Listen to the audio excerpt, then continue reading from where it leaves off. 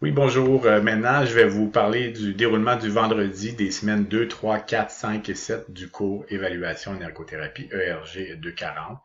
Lorsque vous arrivez en tutorat, vous commencez par la réalisation d'un quiz qui est une évaluation formative. Vous avez 10 minutes maximum pour le réaliser et chaque étudiant peut compter sur sa propre boîte à outils pour répondre aux questions du quiz. Une fois que tout le monde est terminé, étudiant et tuteur, vous revenez ensemble sur les questions et réponses du quiz.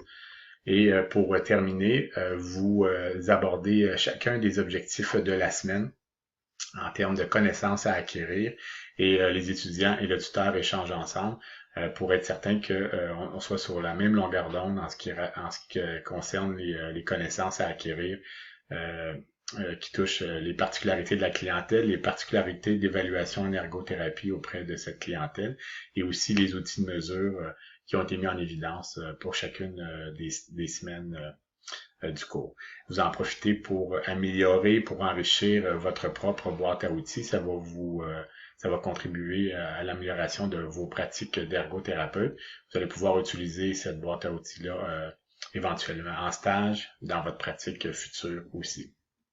C'est environ 65 minutes pour terminer ces activités. Par la suite, vous prenez une pause et vous revenez tout le monde ensemble pour cette fois-ci produire un plan d'évaluation en fonction d'une histoire de cas qui va vous être distribuée lors du tutorat pour réaliser le processus d'intervention en ergothérapie. Vous utilisez le modèle canadien du processus de pratique qui est disponible sur Moodle. Vous suivez chacune des actions qui est indiquée sur ce modèle. Et la première action, c'est bien sûr de réfléchir et de se poser la question, quel est le contexte de pratique, quel est le rôle de l'ergothérapeute dans ce contexte-là, pour éventuellement en venir à écrire une entrée en matière et formuler un mandat ergothérapique qui correspond aux besoins et à la demande de service du client de la vignette No 1. Ensuite de ça, vous écrivez votre entrée en matière et le mandat ergothérapique sur un gabarit qui est prévu à cette fin-là, qui est disponible sur Moodle. C'est là où le secrétaire de la semaine qui voit rédiger l'entrée en matière et le plan sur le gabarit. Et le mandat ergothérapique, bien sûr. Pour produire le plan d'évaluation, je vous invite à consulter un document qui s'appelle Guide de planification d'une évaluation. Vous allez y retrouver les questions à se poser lorsqu'on a à choisir des moyens d'évaluation et le concevoir là, pour qu'il soit conforme pour qu'il puisse nous permettre d'aller recueillir suffisamment d'informations et de l'information pertinente et valide afin de répondre au mandat ergothérapique qu'on a établi.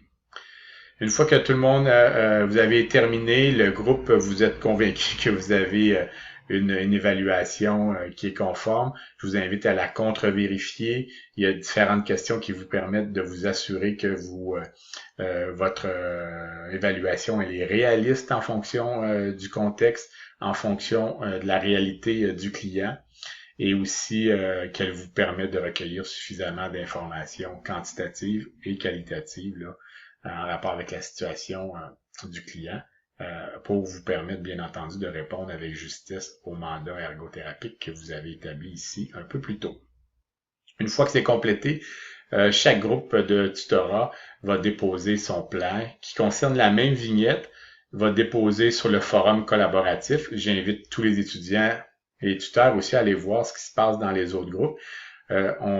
C'est intéressant parce qu'on note que pour un même client, il y a différentes façons d'aborder l'évaluation, d'avoir une évaluation qui est tout à fait conforme en prenant des directions qui peuvent être légèrement différentes.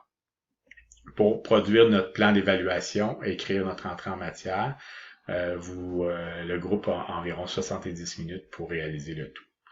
Une fois que c'est terminé, une petite pause encore une fois, se dégourdir et vous revenez pour conclure la semaine.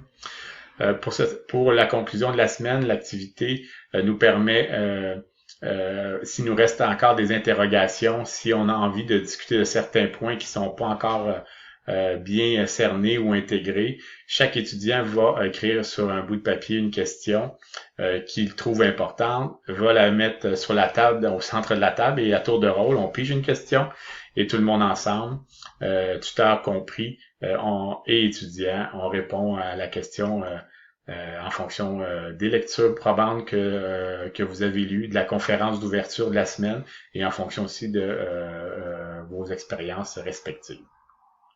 Avant de terminer, il est important à chacune des semaines que vous évaluiez ensemble le climat et le fonctionnement de votre groupe et d'apporter les ajustements nécessaires pour qu'au fil des semaines, votre groupe fonctionne de mieux en mieux là, ensemble dans la réalisation de ces activités. Et ensuite de ça, ben, chacun des intendants des différents groupes vont poser des questions pour compléter le rapport d'intendant qui va être remis au directeur du cours.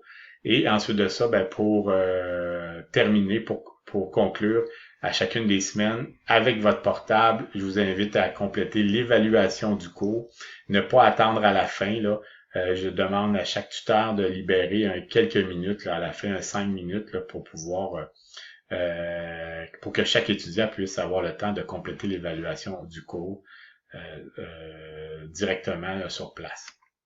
Donc, c'est ce qui met fin aux activités du vendredi. Donc, je vous souhaite une belle expérience de tutorat. Au revoir et à bientôt.